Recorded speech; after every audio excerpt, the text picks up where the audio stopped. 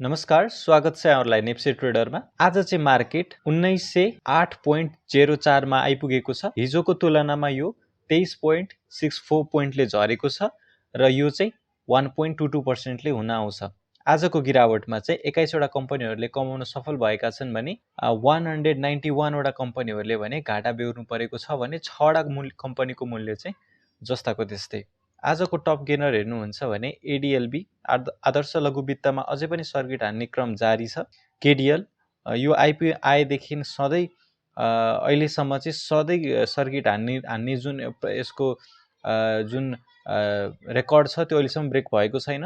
आज पनि यसले सर्किटकै लेभलमा कारोबार गरेको छ। त्यस्तै एमएचसीएल र बाँकी चाहिँ 2 वटा डिभेन्चर रहेका छन्। त्यस्तै टप लुजरको कुरा गर्नुहुन्छ भने एसबीसीएफ, एनआईजीसीएफ, यूएसएलबी, यूएलबीएसएल र केएमसीडीबी को चाहिँ एउटा यो चाहिँ एउटा लघुवित्त रहेको छ।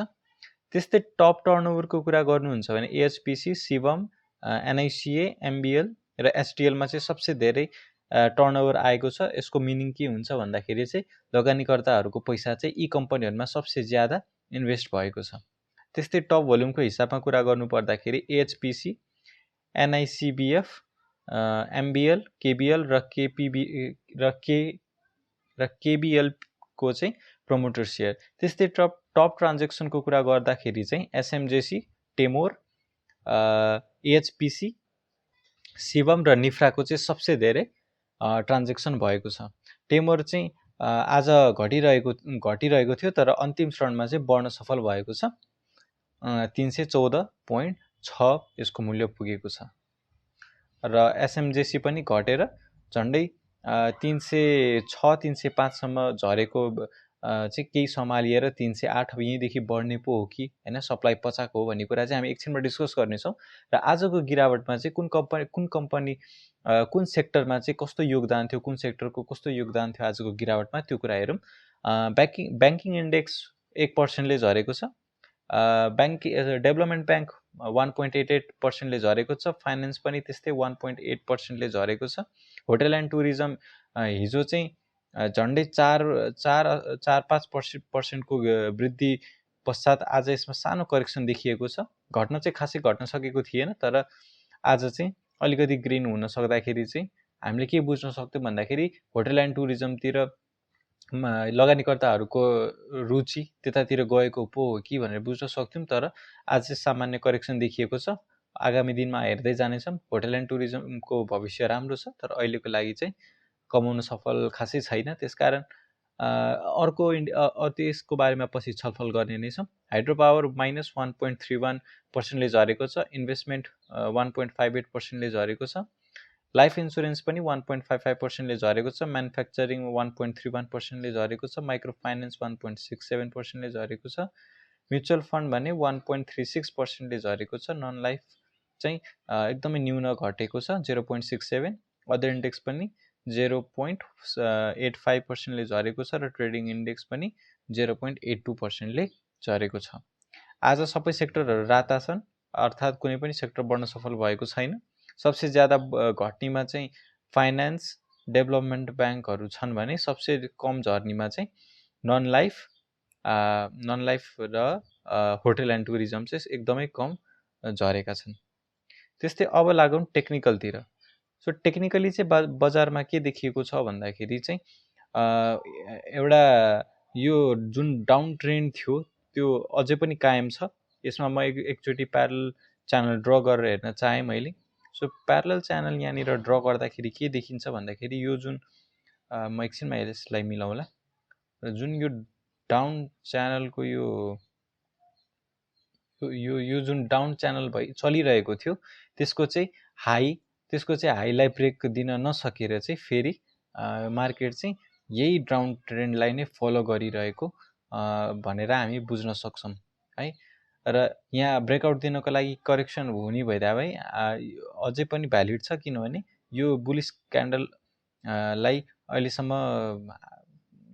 यो भन्दा तल झरिसकेको छैन। सो हामीले चाहिँ 1900 को लेभलतिर चाहिँ एउटा एउटा सपोर्टको एरिया भएको भएर चाहिँ यहीँबाट बढेर जान्छ भने चाहिँ ब्रेकआउट दिने चान्सेस हुन्छ हैन।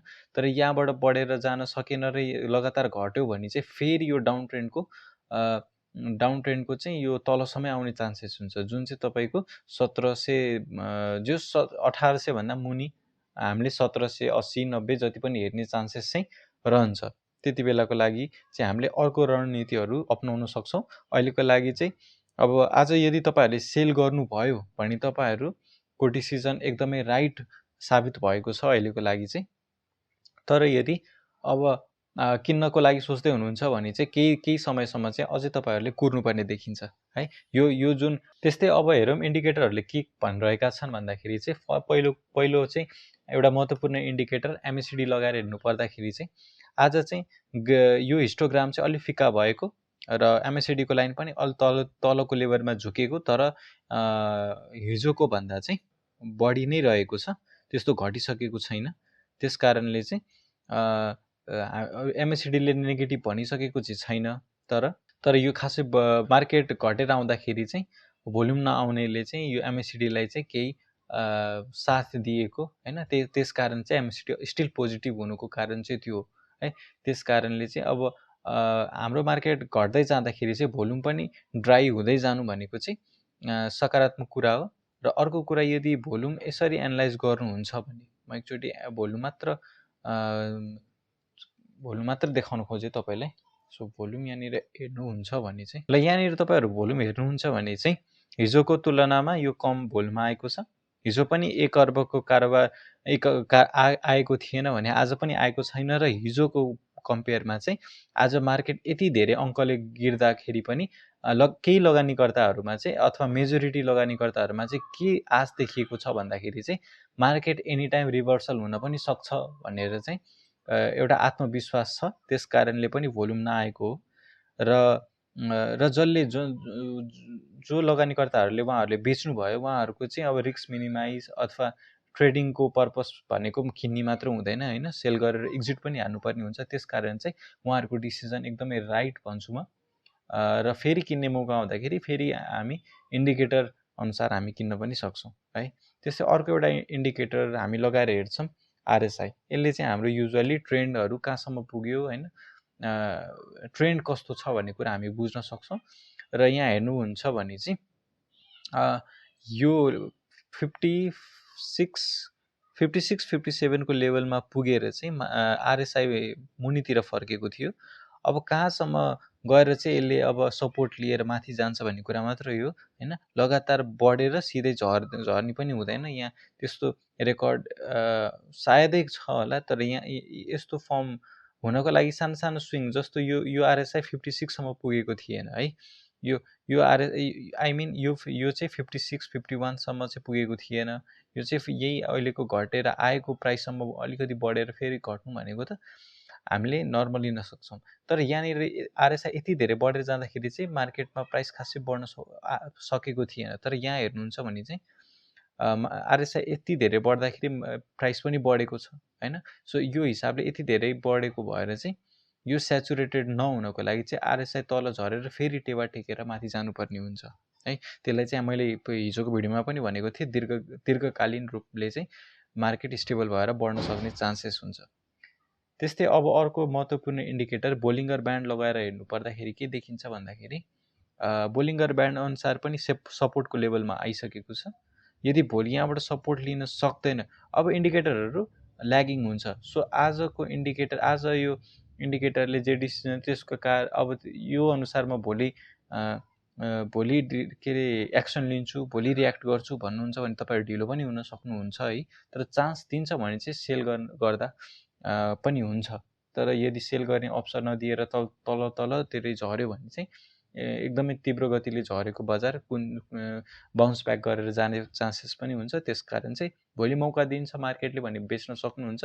त्यति बेला चाहिँ लोभ नगरिकन तपाईँहरू नियममा बसेर एउटा आफ्नो सिद्धान्त कायम राखेर चाहिँ तपाईँहरू सेल गर्नु होला। र यदि भोलि एकदमै तेजीले घट्छ भने चाहिँ हामीले त्यति बेला चाहिँ स्टप लसलाई हामीले तत्कालीन रूपको लागि चाहिँ हामीले त्यो डिसिजन चाहिँ काट्नुपर्ने हुन्छ है। किनभने एकदमै तीव्र गतिले झर्यो भने जस्तो यो तीव्र गतिले बढ्दाखेरि के भयो भन्दाखेरि करेक्सन चाँडै आयो, त्यस्तै तीव्र गतिले झर्दाखेरि बाउन्स ब्याक अथवा रिटेस्ट गर्नलाई आउने चान्सेस पनि ज्यादै हुन्छ। त्यति बेला तपाईँहरू रिस्क मिनिमाइज अथवा सेलको लागि सोच्न सक्नुहुन्छ है त। त्यस्तै अब आज चाहिँ मैले टेमोर स्क्रिप्टको एनालिसिस गर्ने भयो। मैले केही दिनदेखि यो स्क्रिप्टलाई फलो गरिरहेको छु, त्यस कारण चाहिँ नछुटाउँ भनेर मात्र हो। यहाँ यदि हेर्नुहुन्छ भने चाहिँ जुन भोल्युम आएको थियो, उहाँ जसले चाहिँ यतातिर किन्न सफल हुनुभएको थियो उहाँहरूले चाहिँ आज सेल यहीँदेखि सेल गर्दै आएका थिए होइन। र कतिको चाहिँ आइपिओबाट आउँदाखेरिको स्टिल आइपिओ खातामा भएकोहरूले उहाँहरूले पनि बेच्नुभयो होला है। सो उहाँहरूले बेच्दाखेरि के भयो भन्दाखेरि यो पोइन्टमा चाहिँ 303 सम्म पुगेर सपोर्ट लिएको थियो। मैले भनेको पनि थिएँ यतातिर 304 मा पुगेर सपोर्ट लिएको थियो, त्यस्तै त्यही पोइन्टमा गएर चाहिँ फेरि सपोर्ट लिएर यो स्क्रिप्ट बढेको छ आज है। त्यसकारण चाहिँ यसमा चाहिँ अब यदि तपाईँहरू हेर्नुहुन्छ भने चाहिँ यताको सबै लगानीकर्ताहरूले बेचिसक्नु भएका लगानीकर्ताले अहिले चाहिँ जसले होल्ड गर्दै हुनुहुन्छ उहाँहरूले कि त यतातिर किन्नुभयो कि त यतातिर किन्नुभयो। यसले चाहिँ के जनाउँछ भन्दाखेरि चाहिँ जसले चाहिँ यतातिर किने उहाँहरूले चाहिँ यति चाँडो बेच्दैनन्, एक त उनीहरूको खातामा आइसकेको पनि हुँदैन होइन। सो अब चाहिँ यहाँबाट बढ्ने चान्स चाहिँ धेरै देखेको छु मैले है। आइपिओ पर्ने 100 रुपियाँमा किन्नेहरूले त यो लेभलमा बेच्यो भने यहाँनिर लाखौँ किता किन्नेहरू, हजारौँ किता किन्नेहरूले त पक्कै यता बेच्दैनन् होला नि होइन। सो त्यस कारणले चाहिँ यसमा बढेर जाने क्षमता जुन पोटेन्सियल छ त्यो मैले देखेको छु। र यदि हामी यदि 10 मिनटको चार्टमा हेर्छौँ भने पनि यो पोजिटिभ देखिएको छ। आरएसआईले 60 ब्रेकआउट दिइसकेको छ। ट्रेडरहरूको लागि एउटा चोइसवाला स्टक पनि हुनसक्छ यो। 10 मिनट अनुसार मात्र भनेको मैले चाहिँ, र लास्ट 10 मिनटमा चाहिँ बढेको छ यो। त्यस्तै अब हामी 15 मिनट चार्टमा हेर्छौँ भने पनि आरएसआई 55 को लेभलमा एकदमै तेजीले बढिरहेको स्थिति छ है। घट्दै बढ्दै सपोर्ट लिँदै बढिरहेको छ र अप्पर ब्यान्डलाई छोइसकेको छ। यसले चाहिँ के जनाउँछ भन्दाखेरि अब अप्पर ब्यान्डलाई यदि घचेट्दै माथि जान सफल भयो भने चाहिँ निकै राम्रोसँग बढ्ने चान्सेस हुन्छ यसमा है। सो त्यस कारणले यसमा पनि तपाईँहरू इन्भेस्ट गर्नको लागि सोच्न सक्नुहुन्छ। अब मार्केट घट्दैमा यो पनि घट्नुपर्छ भन्ने हुँदैन है। भर्खरै आइपिओबाट लिस्टिङ भएको कम्पनी हो। सबै लगानीकर्ताहरूले 300 को हाराहारीमा किनेका छन् भने यसमा सप्लाई दिने लगानीकर्ता नै छैन क्या, सेलर नै छैन भन्न खोजेको। त्यस्तै अर्को एउटा स्क्रिप्ट छ एसएमजेसी। यसमा चाहिँ आज भोल्युम आउने क्रम रोकिएको छ है।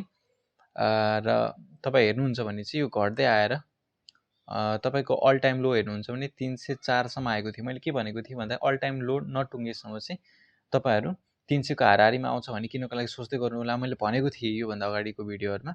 सो तपाईँहरूले आशा छ यो किन्नुभयो होला। यदि किन्नुभएको छैन भने अहिले पनि सस्तै प्राइसमा पाइराख्नु भएको छ।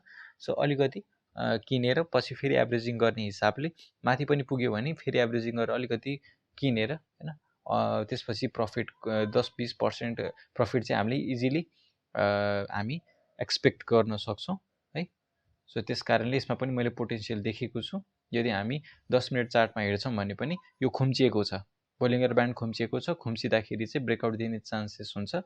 सो अब यसमा तल जाने चान्सेस भन्दा पनि कम्पनी राम्रो भएको भएर र भर्खर आइपिओबाट लिस्टिङ भएको कारणले चाहिँ र आरएसआई पनि भर्खरै यहाँ एकदमै बेयर मिनिमममा पुगेर माथि बढिरहने क्रम देखेको भएर चाहिँ यसमा बढेर जाने चान्सेस देखेको छु मैले है। सो त्यस कारण चाहिँ यसमा पनि मैले पोटेन्सियल एकदमै राम्रो देखेको छु। अर्को एउटा स्क्रिप्ट लिएर आएको छु अप्पर। सो अप्पर अहिले एकदमै सस्तो लेभलमा आइसकेको छ है। आफ्नो जुन एउटा सपोर्टको लेभल थियो त्यो पनि सायद ब्रेकआउट गरिसकेको छ। यो यसको सपोर्टको एरिया 450 तिर थियो भने अहिले 452 होइन 452 तिर थियो भने अहिले 450 को हाराहारीमा पाउन सक्नुहुन्छ यसलाई। अब चाहिँ यसमा यति धेरै भोल्युम आएर जुन घटेको थियो यति धेरै भोल्युम आएर यस्तरी बढ्नु भनेको चाहिँ कि त दुईवटा पोटेन्सियल हुनसक्छ होइन। सो 10 मिनट हेर्दाखेरि चाहिँ के देखिएको छ भन्दाखेरि अन्तिम क्षणमा बढाइदिने होइन, बढाइदिने तर भोलि यहीँसम्म घट्यो भने त अझ घाटा हुन्छ। त्यसकारण अलिकति बढाइदिने, भोलि मजाले बेच्न पाउने अवसर पाउँछु होला भनेर पनि ठुलो लगानीकर्ताहरूले यसरी किन्ने गर्छन्। अथवा उहाँहरूले इन्साइडर न्युज अब भोलिदेखि किन्न पाइँदैन होला यो न्युजमा भनेर पर्खिने अन्तिम मोमेन्टमा किनिदिने अनि भोलिदेखि बढ्ने दुइटै पोसिबिलिटी छ होइन।